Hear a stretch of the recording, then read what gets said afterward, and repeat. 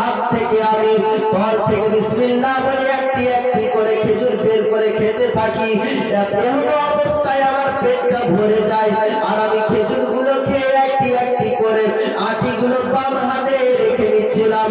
পেট যখন ভরে গেল তো আমি যখন খেজুরের আটিগুলো করলাম তো তার মধ্যে 54টি খেজুর ছিল। বলে বলুন সুবহানাল্লাহ। বেলাল বলতে আছে শুধু আমি নয়, আমি পেট ভরে 54টি খেজুর খেলাম।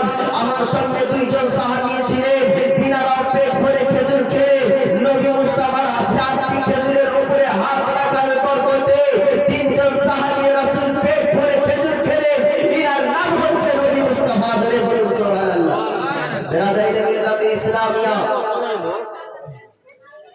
হযরতে বেলাল বলতে আছে যে শুধু তাই নয়, সেই 60টি খেজুর আমার নবী মুস্তাফা বললেন যে বেলাল এই খেজুরগুলো রেখে দাও, আগামী কাল আমি চাইবো তখন আমাকে দিবে।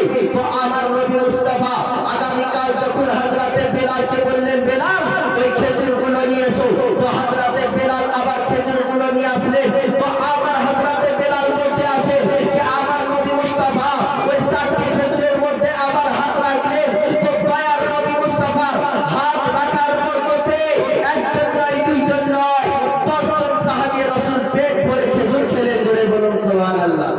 তো আমার নবী মুস্তাফা বলেন যে বেলাল শোনো, আমি যদি চাইতাম তো এই খেজুর কখনো শেষ হতো না, যত চাইতাম আমি খেজুর দান করে থাকতাম। ধরে বলুন সুবহানাল্লাহ। বিরাদাইনে মিল্লাতে ইসলামিয়া এ হচ্ছে আমার নবী মুস্তাফার হাতের পাওয়ার।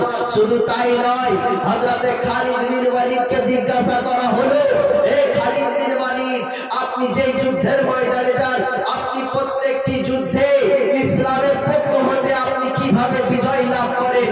তো হযরতে খালিদ বিন ওয়ালিদ বলতে থাকলেন যে শোনো দুনিয়াবাসী, আমি এই জন্য যুদ্ধের ময়দানে প্রত্যেকটি যুদ্ধে ইসলামের পক্ষে আমি জয়লাভ এই কারণে করি, কারণ হচ্ছে আমি যখন যুদ্ধের ময়দানে নেমে পড়ি, শোনো শোনো, তখন পানির মধ্যে আমার নবী মুস্তাফার চুলকে রেখে আমি নবী মুস্তাফার নাম নিয়ে যুদ্ধের ময়দানে নেমে পড়ি।